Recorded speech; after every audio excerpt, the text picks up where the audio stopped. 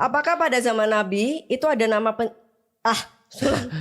apakah zaman Nabi ada yang namanya penyakit mental seperti depresi, ADHD, dan solusi penyembuhannya itu seperti gimana? Karena saya belum pernah mendengar hal ini terkait Islam. Oke. Sebenarnya seharusnya ada dari sepanjang peradaban manusia. Menurut gua harusnya ada. Cuma kan namanya di dunia medis itu penamaannya tuh muncul setiap ada discovery. Jadi dari dulu mungkin ada tapi nggak ada namanya gitu loh. Nggak tahu ini bahwa ADHD, nggak tahu ini bahwa depresi gitu loh. Kalau menurut gua sih gitu. Kayak orang tua suka bilang, di zaman gue nggak ada depresi-depresi gitu. Padahal sebenarnya ada, tapi mungkin mereka nggak sadar aja atau karena belum ada pembedahan tentang itu, jadi mereka nggak tahu kalau itu sebenarnya sesuatu yang sama gitu.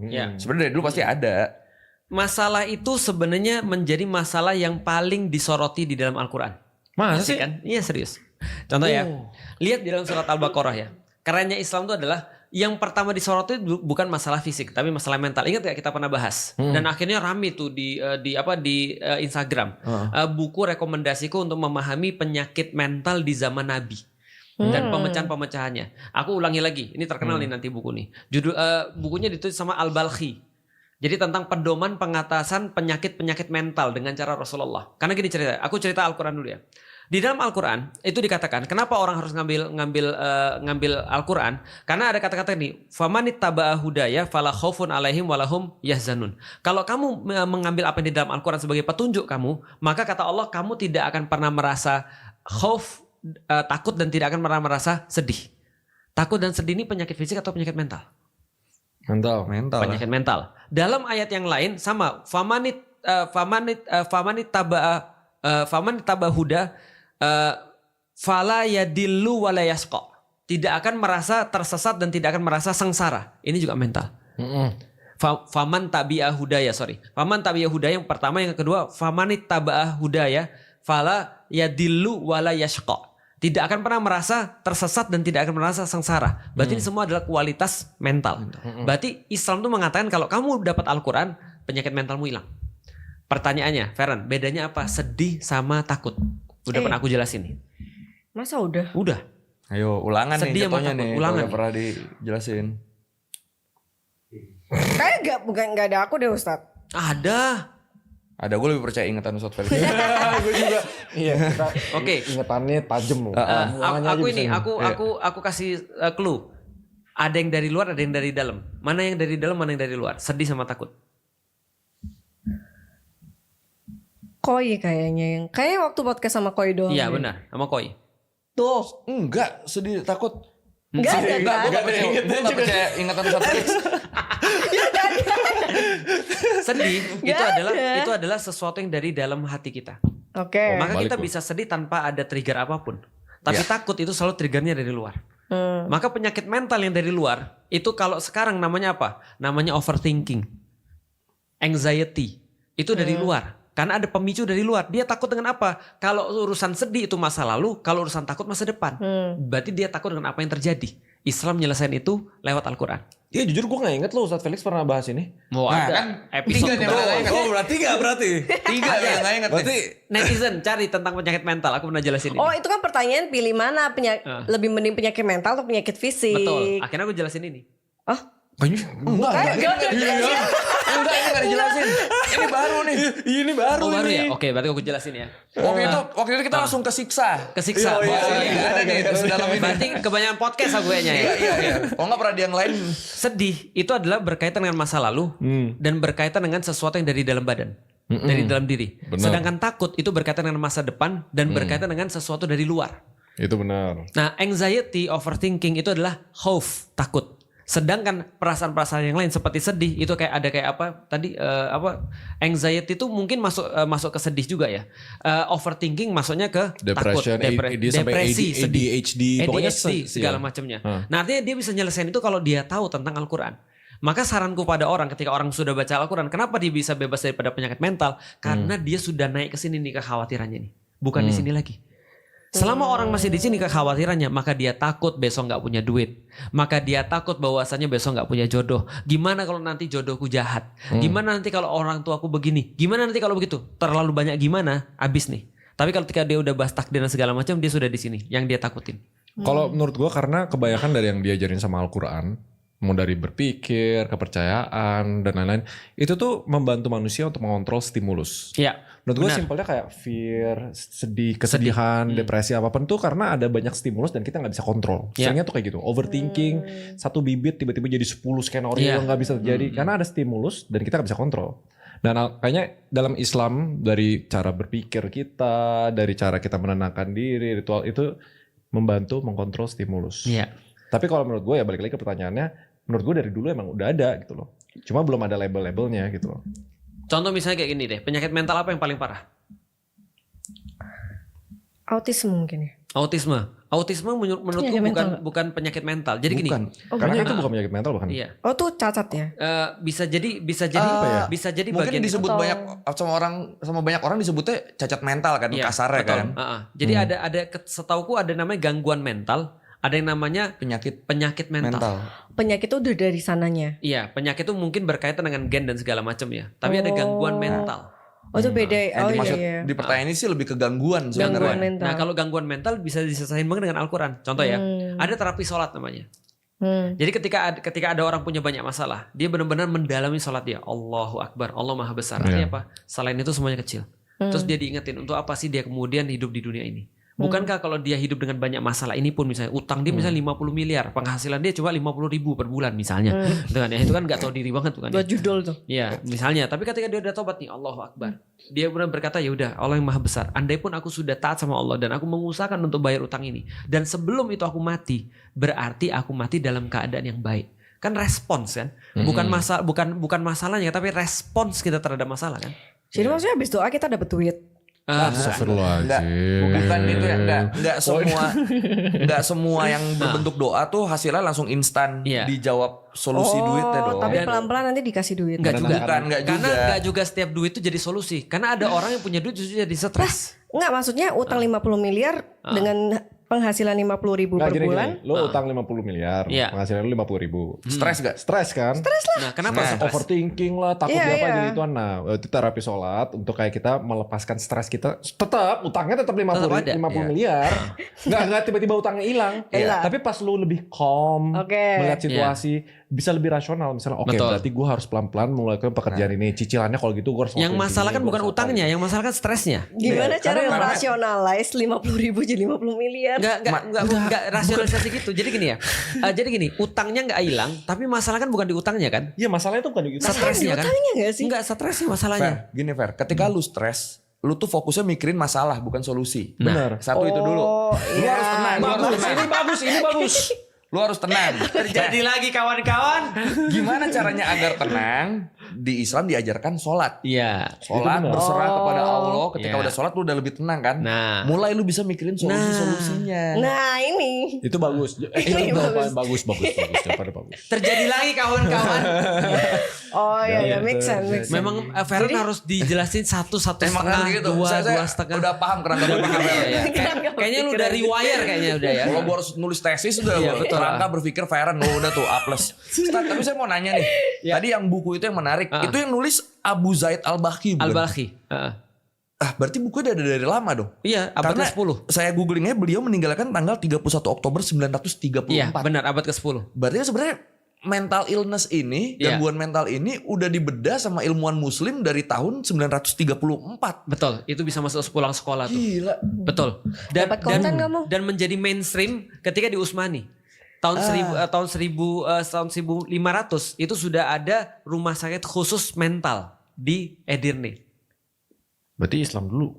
Bentar. Iya. Berarti gangguan mental itu bisa disembuhkan dengan sholat. Bisa. Kalau penyakit mental harus dokter. Kalau betul, itu Iya. Dokter In a psikiater. way ya. Dokter plus sholat tapi. Iya, kalau dia nggak bisa sholat Kan ya kalau berarti Islam jangan sholat kan dulu. kalau Islam kan lu mau penyakit apapun sholat kewajiban kan. Iya. Oh. Tapi kalau ini kok sebenarnya kalau dia sudah sampai penyakit mental, Kalau yang gila sih udah Gila enggak. nggak Ya bisa. kalau yang gila kan Nggak udah bisa lepas sholat. kewajibannya. iya, Iya kalau orang gila udah nggak wajib sholat. Iya. Tapi masuk surga. masuk surga. Karena kan dia nggak tahu dia. Karena orang gila nggak dihisap. Dia mau mempertanggungjawabkan apa? Dia Iya, orang ngelakuin dia apa gila. aja mungkin dia nggak sadar. Ngerti nggak? Enggak. Yaudah. Apa? Apa? Enggak kok enak dong jadi gila. Lu mau? kok enak? Mau jadi gila mau. Mau nggak?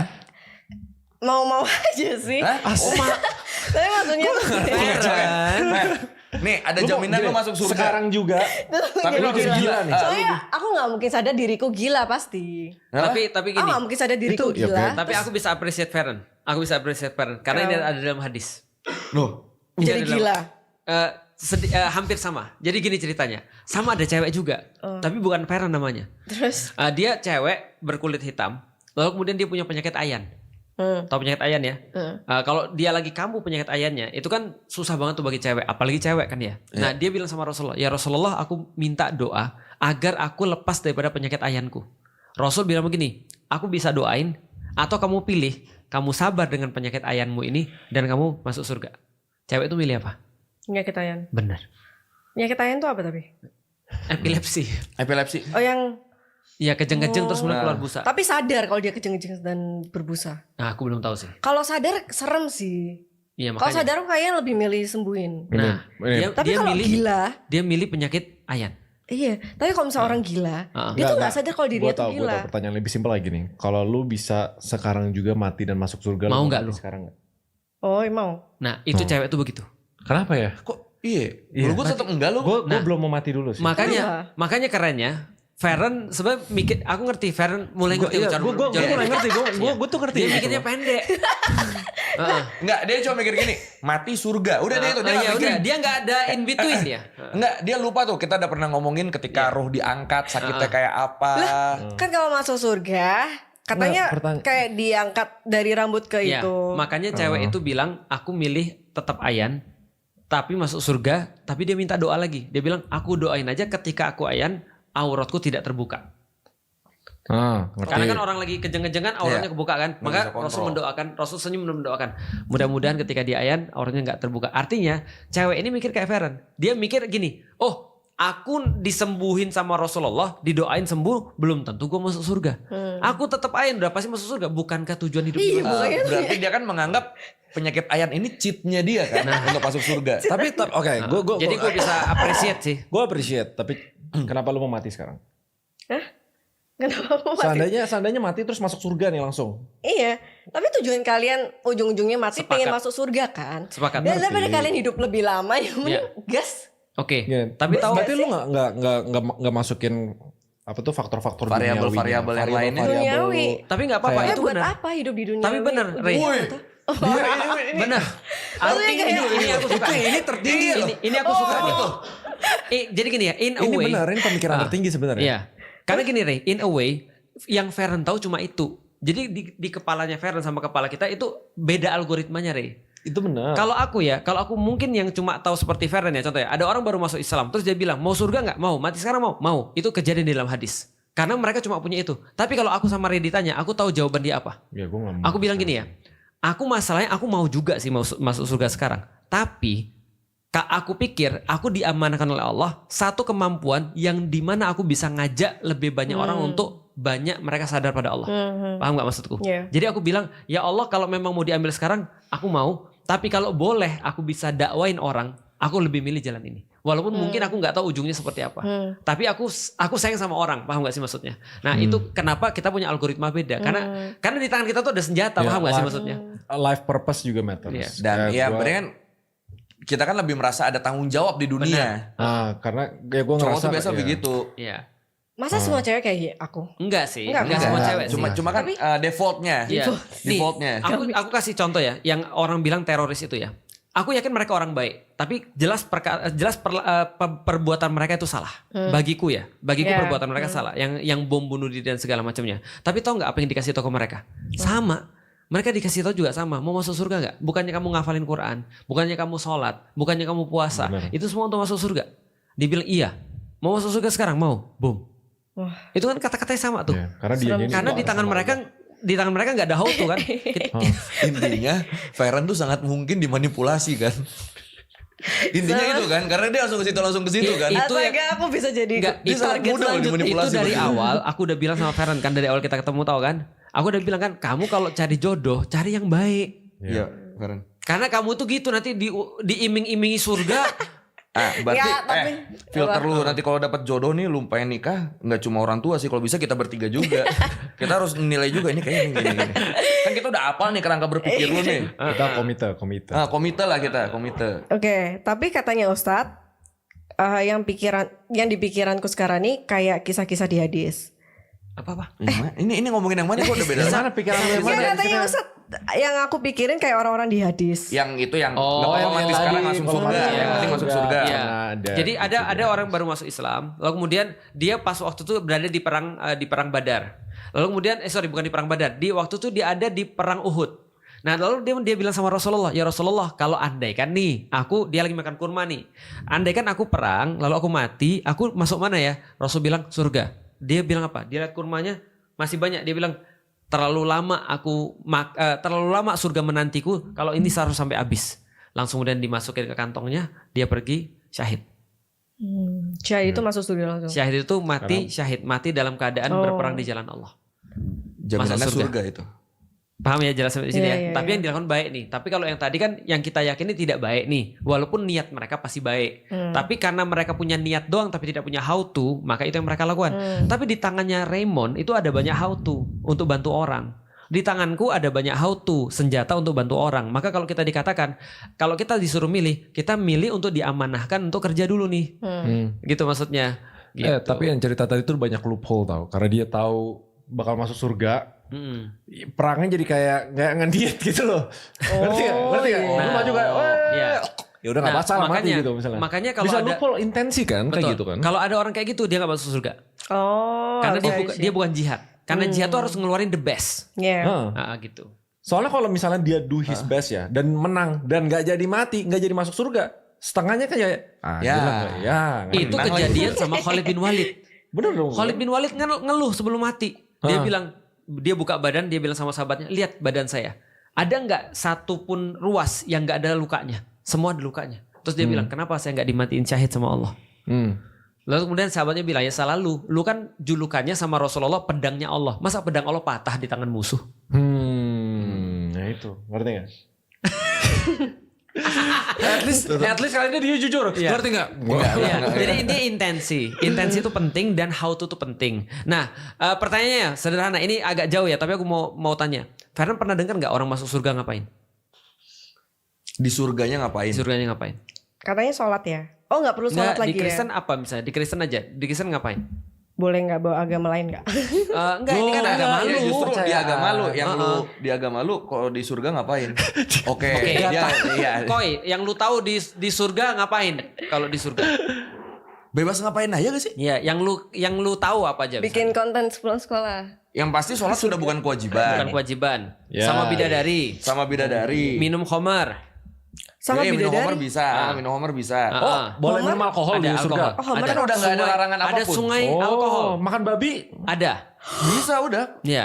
Ada sungai homer. Makan babi di surga boleh. Bisa kalau lu mau. Bisa kalau Iya lu kan minta. kontradiktif banget gak Bisa, sih?